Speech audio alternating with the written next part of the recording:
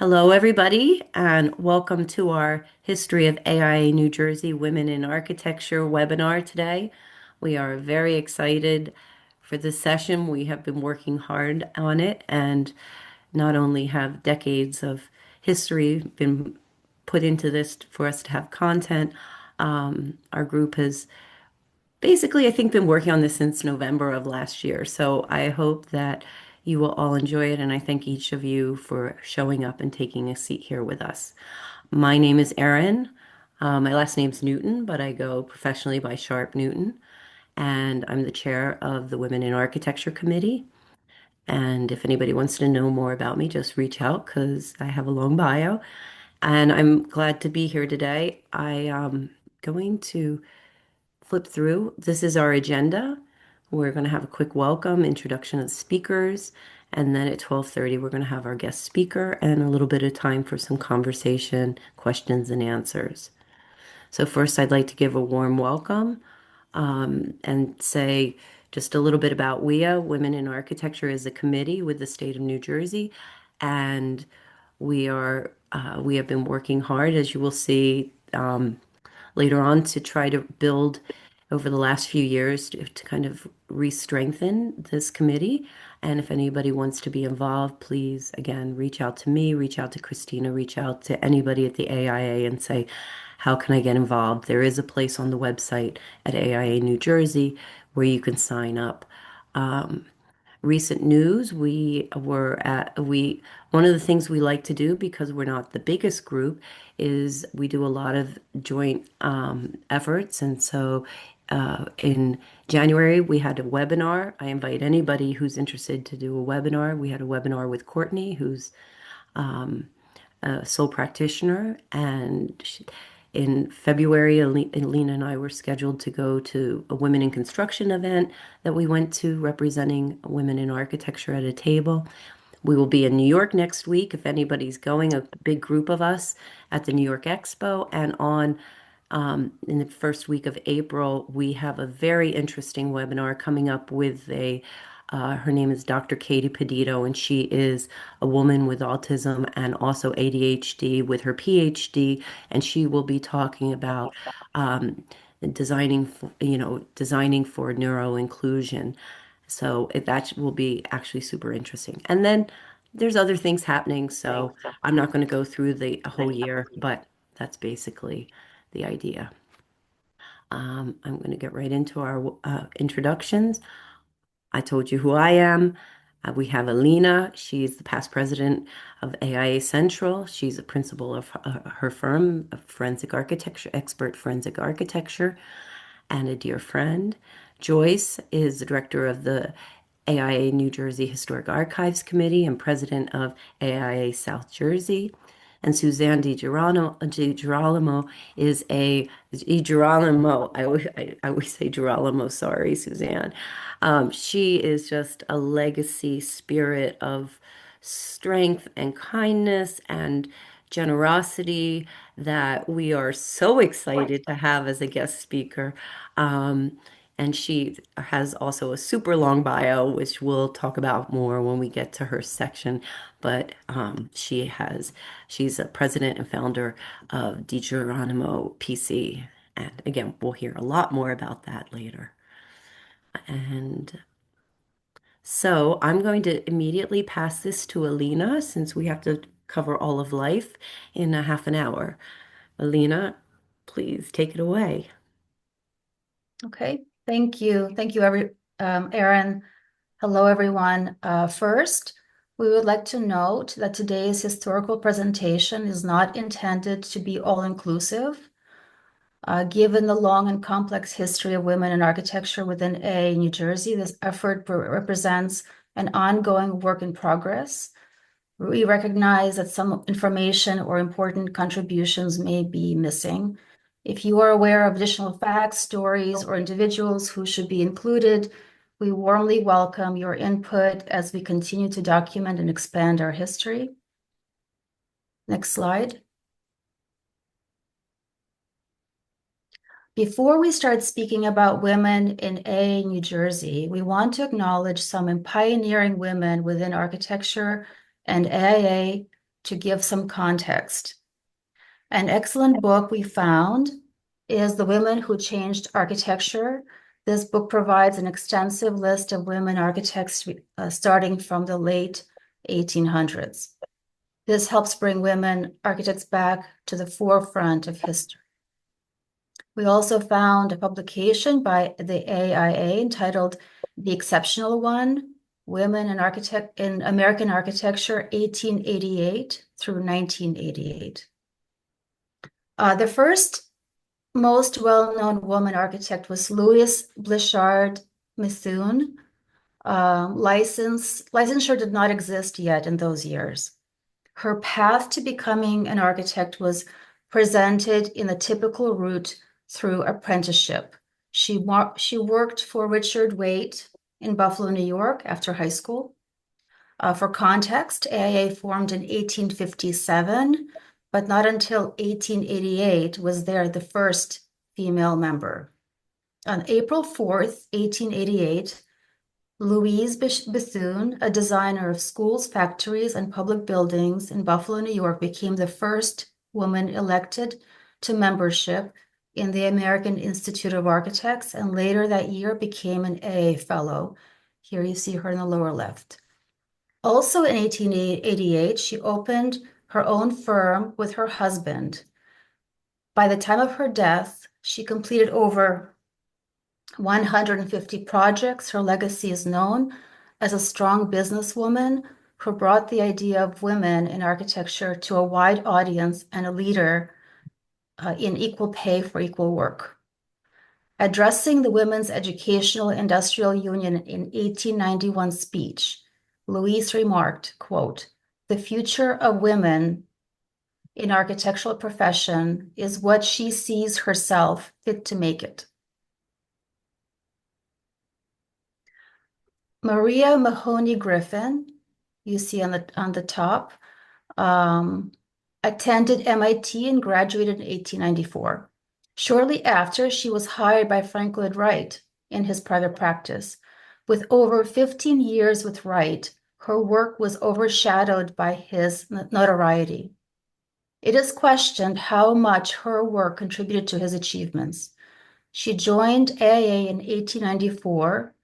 Then in 1911, she married her husband, Walter Griffin, and they co-designed several award-winning projects in Australia. Julia Morgan started as an engineering student of the University of California, Berkeley in 1890. After graduation and a period of drafting, she was the first woman to enter the prestigious École des Beaux-Arts in Paris. Her graduation in 1901 made international news. She passed the California architecture exam in 1904. And 1906, she started her own firm in San Francisco. Through decade career, she established a practice that matched most male counterparts. Even though she never joined AIA, in 2014, AIA recognized her work and provided her with the AIA Gold Medal.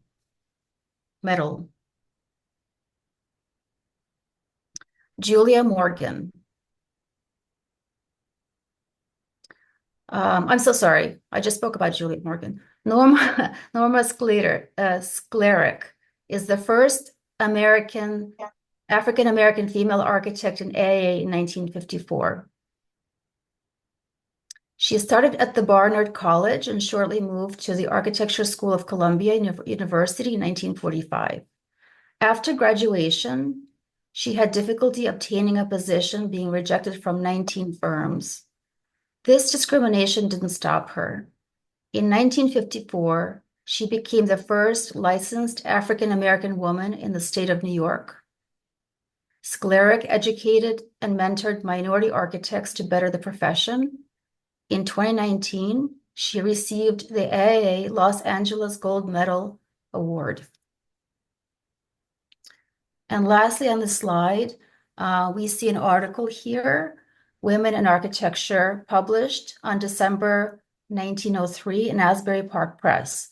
This is one of the earliest articles Joyce found about women in architecture here in New Jersey. it notes about the growing opportunity in women in architecture profession. It states that AIA encourages women architects to feel confident and equal to their male counterparts, and further states that it will be shortly before universities will accept women into architecture studies. Next slide. As architecture was evolving from trade to profession, with formal training during the last decade of the 19th century,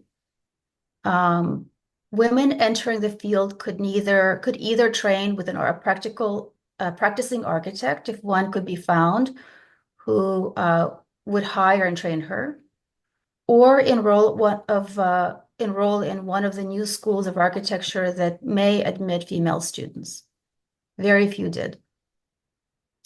Here we found an interesting image from a woman's class from MIT, lower left, with their first female instructor. Top left, Sophia Hayden Bennett, who's also pictured on the picture on the lower left, at the far left with a T-square. Throughout her architecture career, Sophia, which lasted only a few years and resulted in only one realized building, Sophia Bennett played an important role in the profession at the moment. As the first woman to receive a degree in architecture from MIT, and as the architect of the women's building at the 1893 Women's Columbian Exposition, Sophia drew attention to the small group of female architects pursuing academic training and the circumstances they would confront upon entering the profession. Faye Kellogg was described as the foremost woman architect in the United States at the time. Born in Milton, Pennsylvania, Kellogg played a role in opening the architecture profession to women. Unable to attend the École des Beaux-Arts because of her sex, she advocated admission of women to the prestigious academy during her residence in Paris. In part due to her efforts, the French government passed a bill to allow women to study there, although it came too late for Kellogg herself to attend. Kellogg said her relationships with male architects were good. Quote, "I do not permit sentiment to enter into it whatever. I meet them on equal lines." She said women were well suited to be architects and, quote, "as is the case with pioneers, the women who have gone into architecture are intensely in earnest." She said she refused concessions from male colleagues when offered. Quote, "I want to be treated neither as a superior nor as an equal, nor as an inferior, but as an equal." Kellogg was also a very vocal supporter of women's suffrage movement at the time. Next slide. So now we'll be talking about women in architecture in New Jersey. Next slide.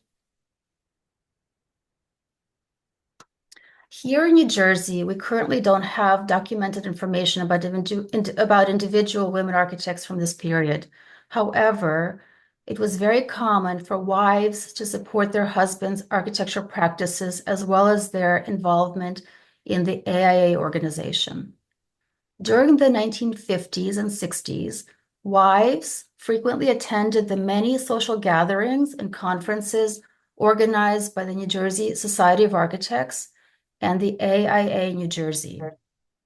At these conferences, there were often separate events organized specifically for the women, such as this advertisement for Selma's fashion show here on the right during the NJSA event at the Berkeley Carteret Hotel in Asbury Park.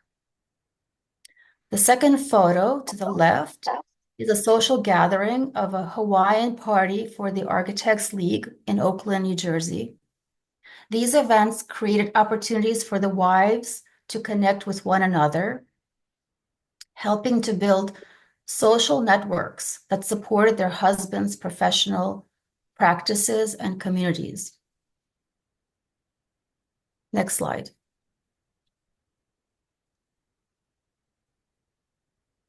Here we have photos from the 1966 AIA New Jersey convention in Spring Lake. These images illustrate the disparity between women and men at the time. The women circled in red are seated in the audience while their husbands are seated at the head table. However, many of these women were actively involved in their husbands' firms, contributing to design ideas, drafting, graphics, office operations, hiring, and marketing, work that was often uncredited but essential to the practice. Next slide. As we move into the 1970s, women were still frequently viewed primarily in the role of wife. However, more women were also beginning to emerge as licensed architects and take on greater professional roles. In the AIA New Jersey Conference of 1978 at the Boardwalk Regency Hotel in Atlantic City, even though there were still events for wives, the article acknowledges the mix of spouses. The women were no longer just wives, but architects as well. Next slide. A very important woman, non-architect, to the history of AIA New Jersey was Helen Schneider. She was the executive director of NJSA and AIA New Jersey from 1961 to 1984. She was the first female executive director of AIA chapter, of any AIA chapter, as of 1972. And she was made an honorary A member in 1972 due to her many contributions. When she came on board in 1961 to both organizations, their groups were in disarray. They were considered dying organizations. She reorganized the structure, changed filing systems, updated publications, and promoted growth.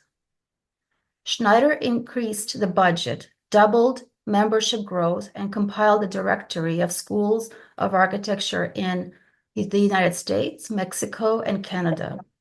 No directory existed of this kind until Schneider made it happen.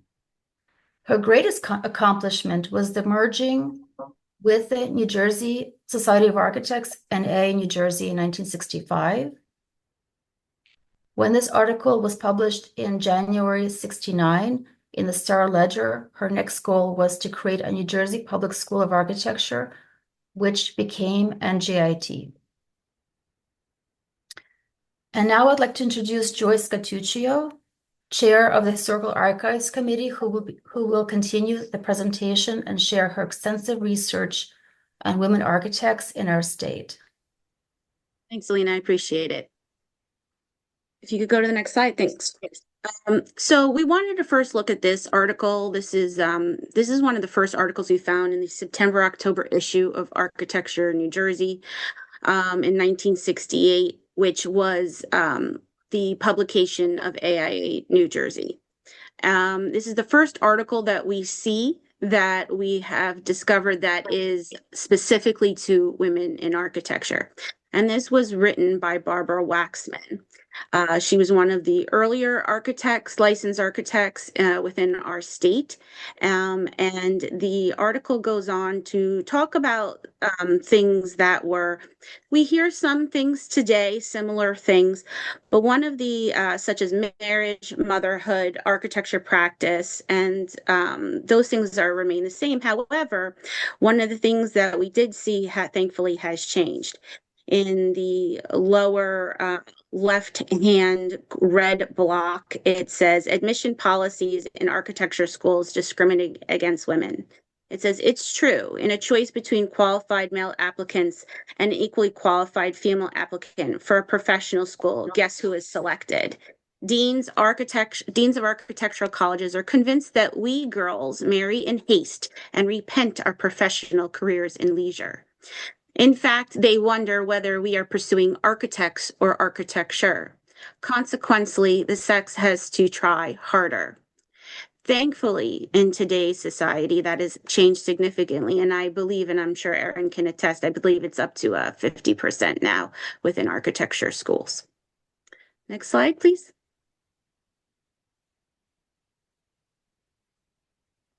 The next article we found in 1972 in the Star Ledger is the women who discover their niche in architecture. I absolutely love this article because it represents and specifically talks to a large group of women. Now we're starting to see a larger growth of women within architecture. We've hit some of the first few females, and now this is becoming the basis of what is established in our organization in AIA New Jersey. However, in 1972, only 8 of 900 AIA New Jersey members were female. That was less than 1%. But some of these members in these articles, and you guys can go on and read it at another time, but some of them were Eleanor Kendall Pedersen of Saddle River, Elizabeth Monahan of Princeton, Madeline Scott McDowell of Morristown, Arlene Gasma of Jersey City, Barbara Waxman, who we previously saw the article about, of West Orange, and Jane West Klaus of Trenton. Some of the non-members they also talk about were Dorothy Moore of Mountain Lakes and Mildred Banzaf of Tenafly. Can continue, please. Next slide.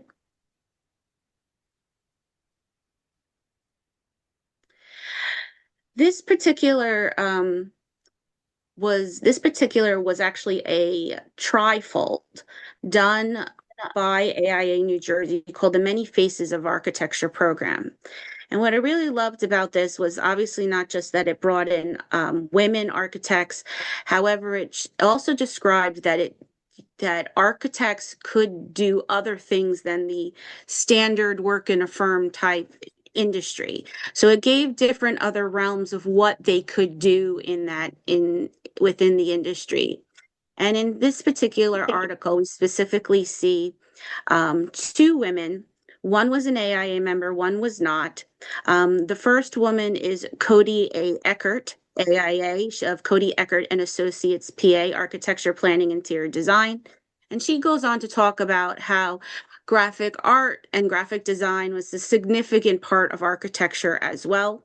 And that's one of the faces of architecture. And then also Dr. Sandra Moore was not a member. However, she was extremely involved over the years in many different articles we found involved. She was an associate professor at NJIT, and then she was also the chair of the Housing Task Force for the City of Newark. And her particular topic was talking about public policy and how important it is for architects to go into town council, zoning, planning, all those things to shape those types of policies that's so important that gets neglected.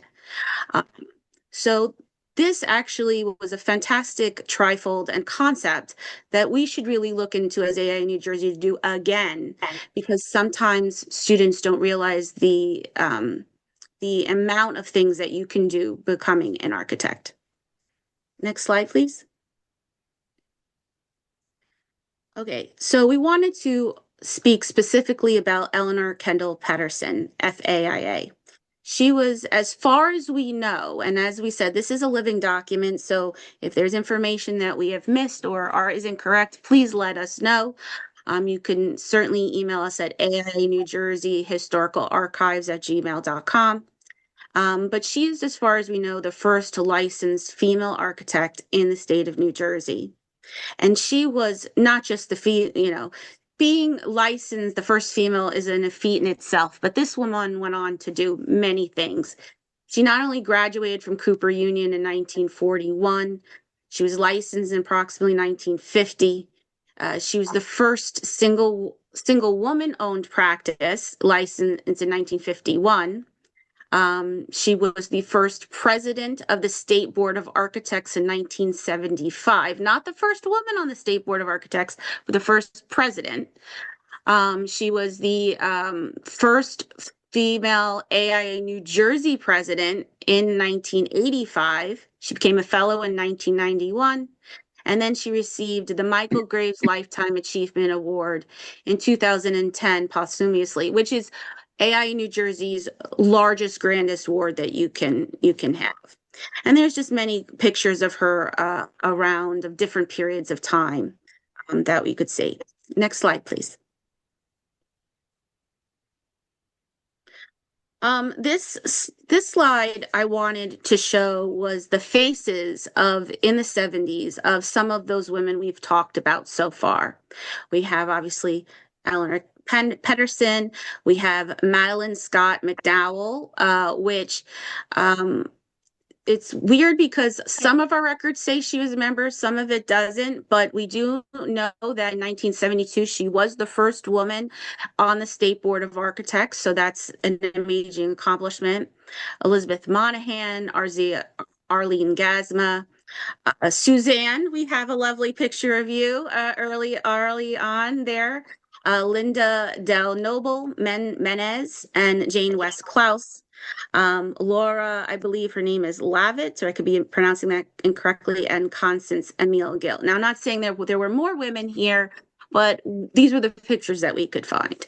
And in 1975, the statistics were that 15 out of 983 AIA New Jersey members were women. So we're still working our way up, but still quite slow. And of course, there's another photo of Dr. Sandra Moore. She, like I said, was involved with many different things. And I'd like to say a little thank you to her because she was my teacher at NJIT, a professor, and she was just amazing to me. She really made me want to be an architect. Next slide.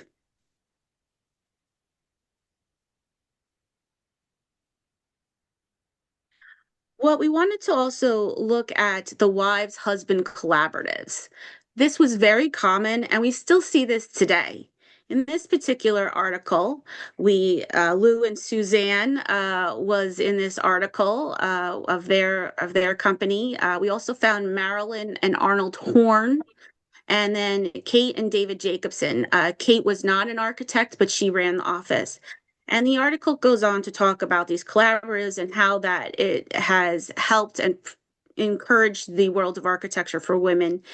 And now we're not in 1980, and 30 women hold licenses in the state of New Jersey, and 20 are members of AI New Jersey. So still creeping forward more and more. The issue that we see, the problem now is that we still see this very commonly, even in my own section of South Jersey.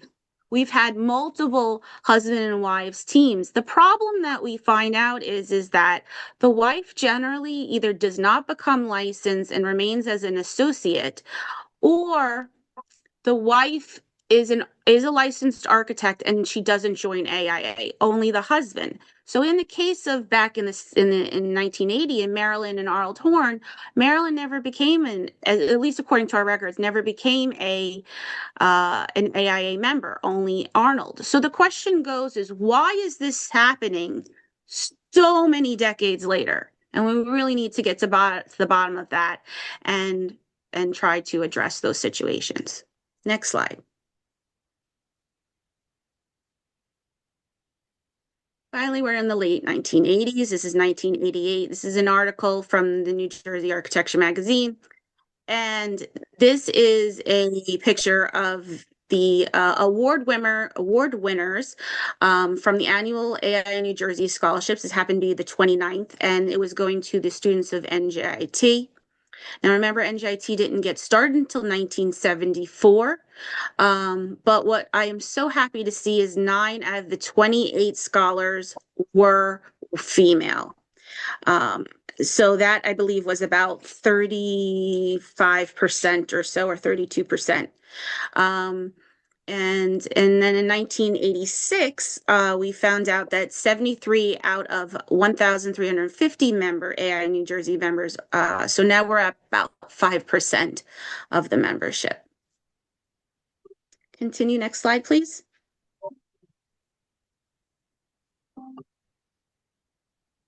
Okay, we're very excited to find these articles. This was the first indication, this was 1991, 1992, of the Women in Architecture Committee in AIA New Jersey. This showed us that this is when it first started, because before this we could not find anything in representation of within AIA New Jersey for women in architecture. The only thing that we did find was that there was a organization. One second here, let me just find that really quick. Called It was called Alliance of Women in Architecture, AWA, but it was, and many women were involved in it, but it was not an associated AIA New Jersey organization. So to see that WIA now has become an official committee of AIA New Jersey, started to see the increased growth now that we have by the 90s. And what I was not clear by these articles, if this was a once a year thing or if this was throughout the year. But what we can see is that they did have meetings, and they had like dinners type events. Maurice Stone was the first chair of WIA in 1991. And some of the same names I've already mentioned: Suzanne, Constance Still, Karen Nichols, Suzanne Borg, Joanne Strauss, all spoke about the equality in the workplace. And then in 1992, AIA National had stated 8.8% were now women. For the 1992 article, which was held in Woodbridge, Carla Bonacci, Suzanne, and Eleanor also hosted the event. I'm sure Suzanne can tell us a little bit more later about those days. Next slide, please.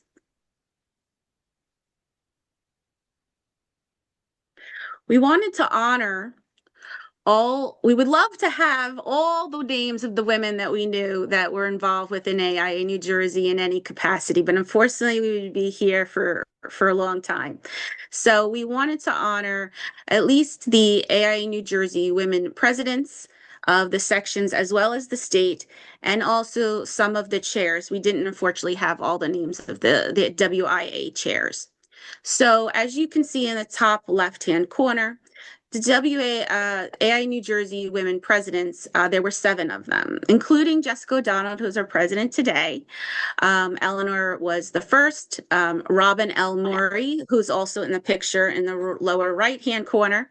We'll talk a little bit more about her in a minute. Stacy Rule-Cleish, Kimberly Bunn, Verity Frizzell, and Judith O'Donnell, and then, of course, Jessica. We wanted to touch also, since we've already talked a little bit about Eleanor, we wanted to talk a little bit about Robin, as she being our second female president. And she hit in a crazy time of AIA New Jersey. Not only was it the year 2000 and we were coming into a new millennium, but unfortunately AIA New Jersey was in severe debt. And Robin was able to take us out of that severe debt and rebuild our organization. So kudos definitely off to her. And each one of these women hit a specific different time period that was very significant during that era. For an example, like Kimberly Bunn was during the time frame of Superstorm Sandy. So there was a lot that was involved. And hopefully we'll get to hear their stories maybe in a later date. But as you look as the other sections of their presidents, Central gets the trophy for the most women at 11. So congratulations to Central. Unfortunately, though, we do not have a complete list of Jersey Shore. So that's what we knew of. Hopefully Shore can help us put together a better president's list in the future. And like we said, we only had a few women in architecture chairs. We knew from 2015 to now, and then we knew the 1991 chair. But other than that, next slide. So what happened with the WIA committee? So we know that it occurred in the early 90s, and then it slowly, unfortunately, fell off. In 2013, there was a resurgence. Now, I joined AIA in 2003, and I know there wasn't anything from 2003 to 2013. And I was actually a part of the 2013 resurgence. And I laughed because I said I didn't realize Suzanne was at the same event that I was at, and several other of you guys who might be on this webinar.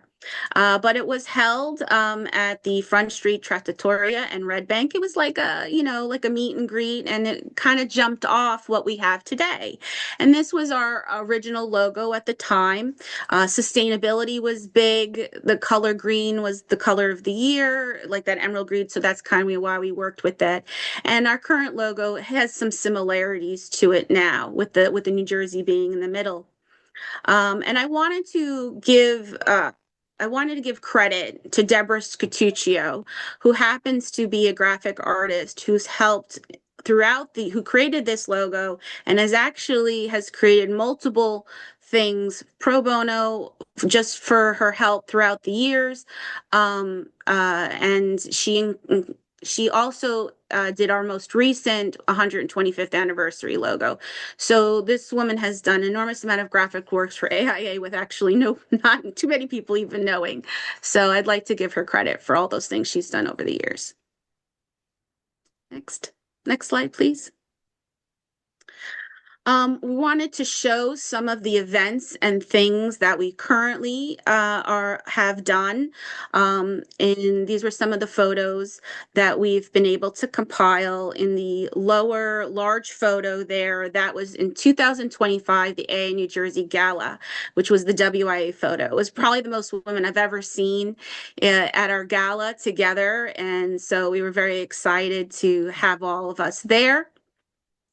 The upper left-hand corner was in 2023, the AIA New Jersey Delegations of Women's Leadership Summit, which is so wonderful to go to if you ever get a chance. The picture all the way to the right with the women at the dais, that was a AIA New Jersey presentation that was put together and supported by WIA. That was it was called Architecture and Motherhood. And it was the first time we talked about having your own practice and being a mother as well, and how juggling those concepts in modern times. We had 4 women of very different ages, and they were able to give us all kinds of great information and talk about their practice as well. And then the kind of like slightly lower right picture, that was at an AIA tri-section meeting, which was a joint meeting held between South Jersey Shore as well as West Jersey. And that was in 2019 before COVID. And at that time, all 3 women were presidents, and that was Jessica O'Donnell, Marissa Iamello, and Christina Amy. So to think that half of the state was basically being run by women was an enormous feat to think about and be excited about. And last slide, please. And we wanted to just have a little bit of a collage of all the women that we have basically made AIA New Jersey, and we wanted to thank them, and hopefully for the future women as well. And if there's anybody new on this webinar, we hope we inspire you to join us. And it's just a collage of the women over the years that have contributed their time and life to the organization. Thank you.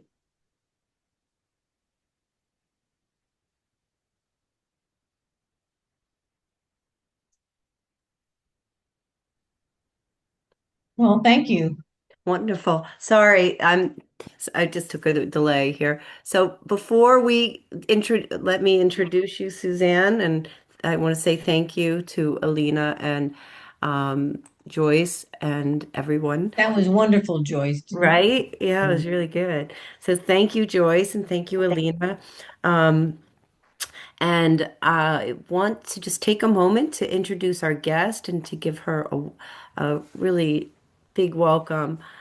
Suzanne is actually continues to be, I think, like I said before, a strength and just strength and spirit to so many of us, especially the women. She did a Women in Architecture webinar for me when I was at a previous firm, and it was Women's History Month. It was an initiative that um, that we tried for, and Suzanne came and talked to our group, and she shared some really fascinating stories that she knows that I want her to share about.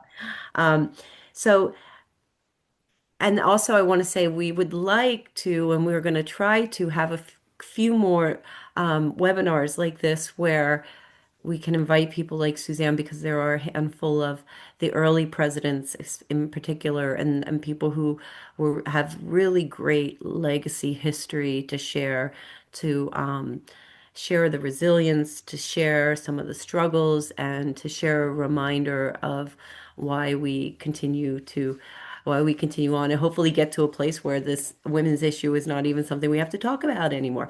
And at the end, maybe if I have time, I'll respond to Joyce's questions about percentages. So, Suzanne, she has her own firm. She is an example of having a firm with her husband. She went to Cooper Union. She went to Columbia. She went to Pratt. She's super educated. She's licensed all over the place, but she does inside and out.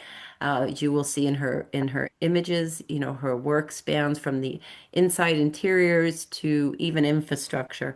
And she, I could go on and on, but I'm going to let her tell you what she wants you to know. And so, Suzanne, just from the bottom of my heart and the brightest part of my brain, thank you so much for coming and agreeing to do Thank you. this. Take it Thank away. you, Erin. Thank you, Erin. Thank I'm you. just thrilled to be with you all, everybody here today. But when I went to architecture school at Pratt, Columbia, and Cooper Union, I was the only girl. An architect professor I admired told me I could never be an architect like him because I was a girl. But when I got licensed in 1970, the licensing board did not think other women would follow me, so they did not order pre-printed certificates. They just lobbed white out over the word his and wrote in her in cursive over it. So I have a one-of-a-kind certificate there. When I joined AIA New Jersey in 1970, there were only three of us, Elizabeth Moynihan, Eleanor Pedersen, and me. But now look at everybody who's here on this call, on this team Zoom meeting. Oh, wonderful. I always had the unwavering support of my husband, partner, Louis, and everybody here in this presentation just makes me smile. Over my career, I worked for the Port Authority of New York and New Jersey. I worked in the aviation planning division, where when the new Newark Airport was rising up out of the wastelands of the Meadowlands, the old Newark Airport had been a previously converted hangar. The new Newark Airport was designed by Shelley Wander, AIA, an in-house architect at the Port Authority. His design emphasized a short walking distance between gates where planes parked in a radiated formation around a satellite-like hub, and three levels took care of all passenger needs. You had ticketing, departures, and arrivals. What else could you need in an airport, right? We also had that unique airport design was New Jersey's design. And we also had a Disney-like monorail.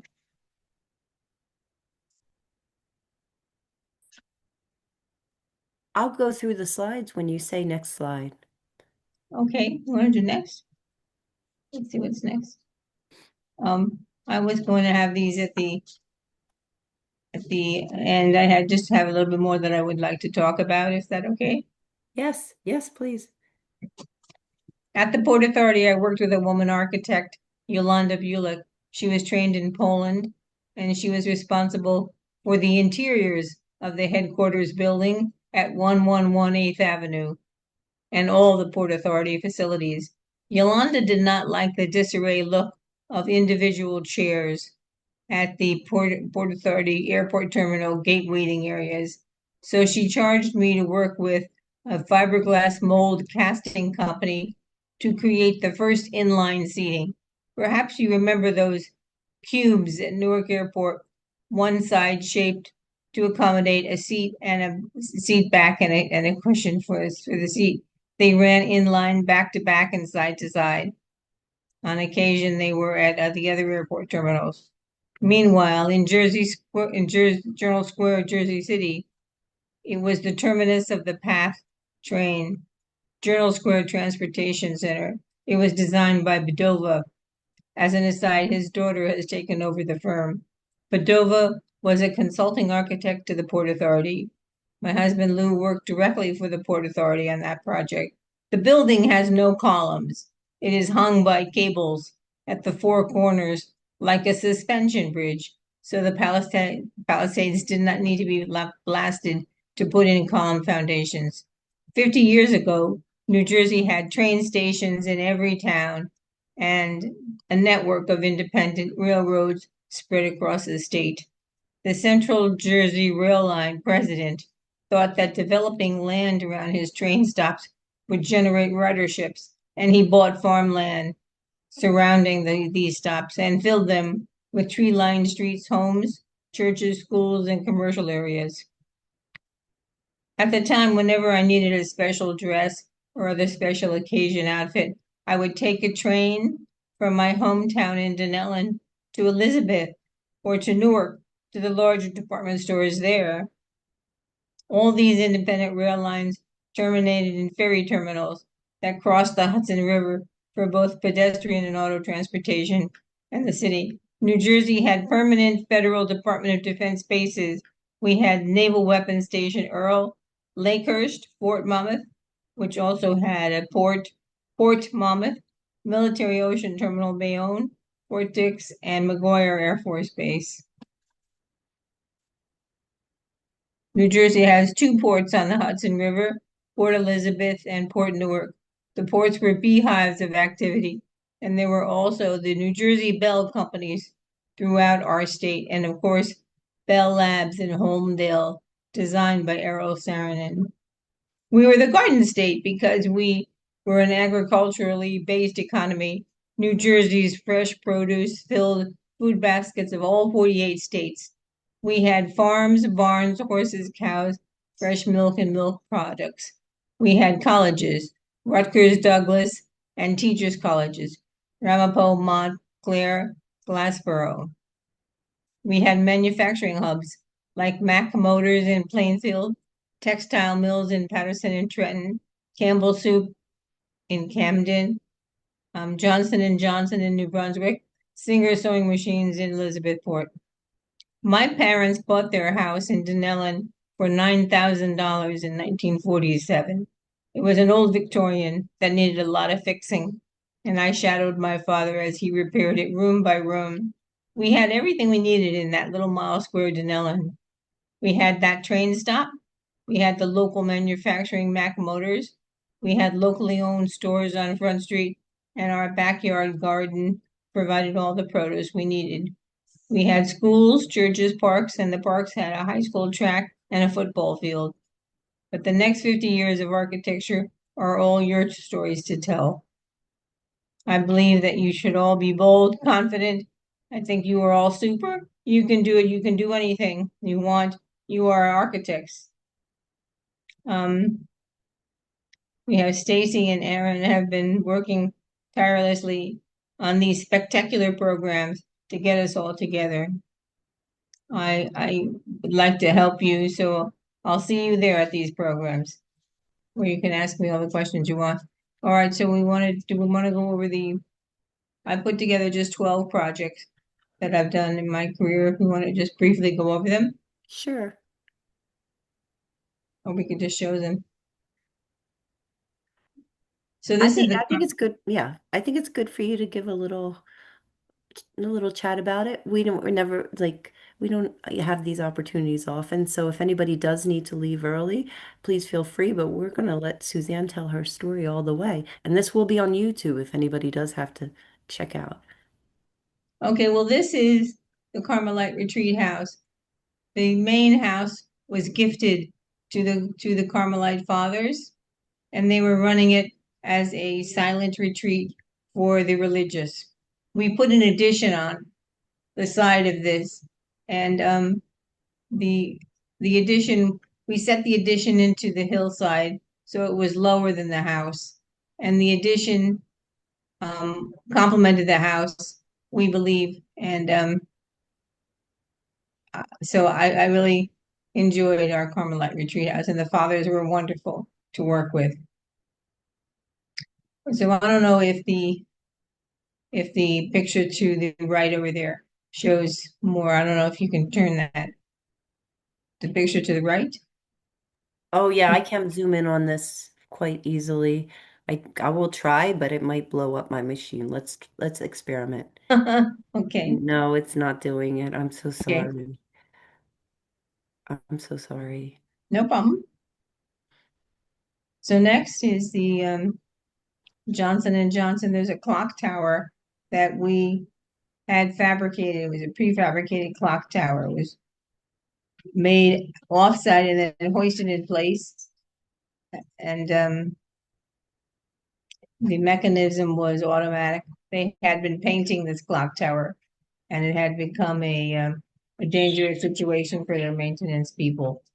And it was in New Brunswick. So the next slide is, this is a project. This is a waste to energy facility. It's off of the turnpike.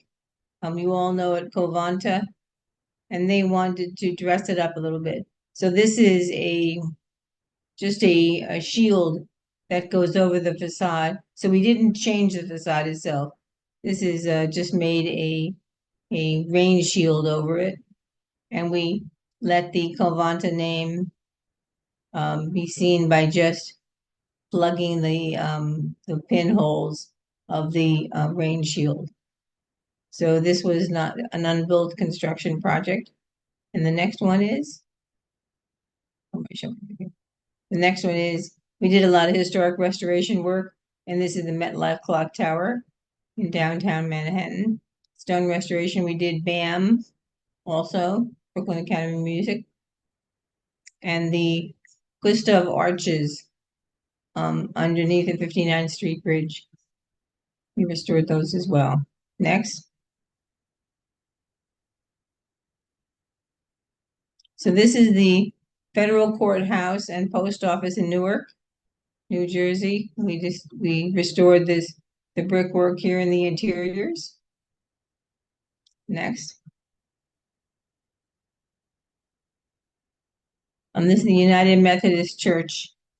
It burned in around 1970, and the congregation was worried that they were not going to get enough people to come to their church in downtown. They were thinking they were going to relocate to the suburbs.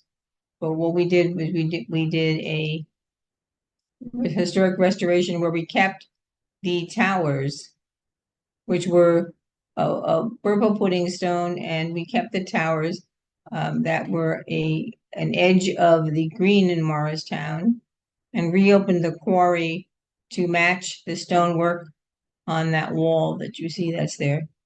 So we believe this. I like this church. It's a significant part of our portfolio. Next. So my work takes me to work on engineering projects, so to speak. So this is the Tappan Zee Bridge. We took a container, one of the shipping containers, and we converted it into a workers, a part of the workforce of the construction crew that was working on the bridge.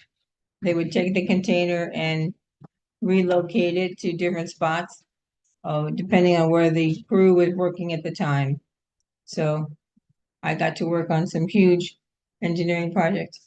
So I got to work on some huge engineering projects, which I thought were fantastic. So basically you go around this area and you can say that you know the architect who worked on these things, right? Who knew that you knew the architect who worked on these public works projects? I think that working on public works projects is the most fun. So I knew of anything. So next. Okay, so this is the Lincoln Tunnel Emergency Garage. This building goes in between the two tunnels and back into it.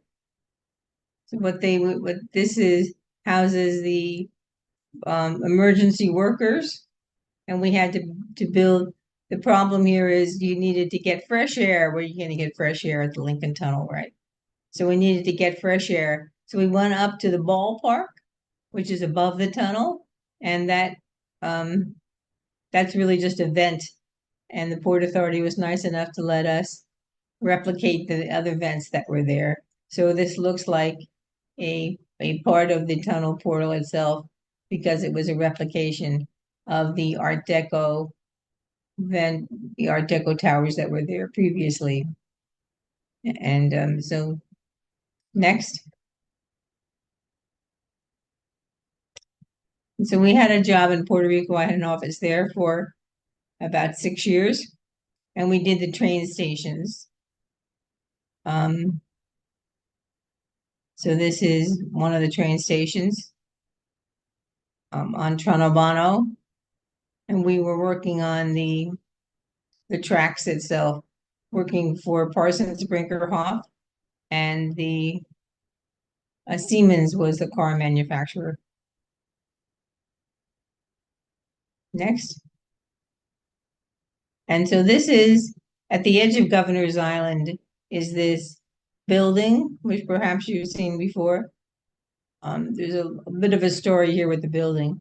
When the MTA asked us to redesign it, the previous what we had to take down was a drive-it system, which was just panels that were double stick taped to a frame, and of course the wind was blowing them off. This building is like a lighthouse, actually. So we had to get a special German system to attach to the existing structural system, and we ended up with this beautiful, I think, a beautiful building here that we uplit with white light, and it glows on the horizon. So when you come into the Hudson River and you're coming into New York City, the first thing you see is the Statue of Liberty on the left, and you see our building on the right. I think that's pretty fantastic. Next. And we worked for the MTA, and we reviewed the work of Buyer, Binder, and Bell for as though we were the owners. We oversighted Buyer, Binder, and Bell as they were doing the historic restoration of the waiting room there. And there were, we had to map out spaces in Grand Central Terminal, which is just a maze of spaces that were on different levels, but the project was a lot of fun. Next. That may be it. Okay, so there was, before the project that we have now that's being funded, hopefully, fingers crossed, the new tunnel under the Hudson River, there was the Trans Hudson Express, and the abbreviation there is the THE. So this was called the tunnel, and we did all of the images for this one. I had people on staff embedded in the office, and the project was a deep tunnel, and it went under the Hudson River. And the machine was purchased, the boring machine, everything was in line to get this one to work. It was $9 million or something like that. And Christie canceled it. I don't know if you remember. It stands out very significantly in my mind because now they're still fighting to do in that same tunnel. And the tunnel that they're working on and the trains are going through right now is 100 years old. So this was a fun and exciting project to work on. Next. That may be it. Oh, it's the caucus. Okay. So we worked on the construction management for the Secaucus transfer station. There was no road to this site, so we had to build the road first to get the materials there. And then we couldn't disturb the ongoing rail operation, of course. So in order to build the building, we had to create a vent, a tunnel, vertical, where the workers would go in and dig by hand to create the foundations for the building. Next, I think that's it. Okay, I'm done. Thank you for your kind attention and your kind words. I appreciate it. Oh, Great. Sorry, there's always a delay. Wow, that was great. Clapping for everybody. Can you hear the audience? We had really great turnout. It's 101, 102. Now it's 102. We had a really great turnout. I just want to say thank you, everybody.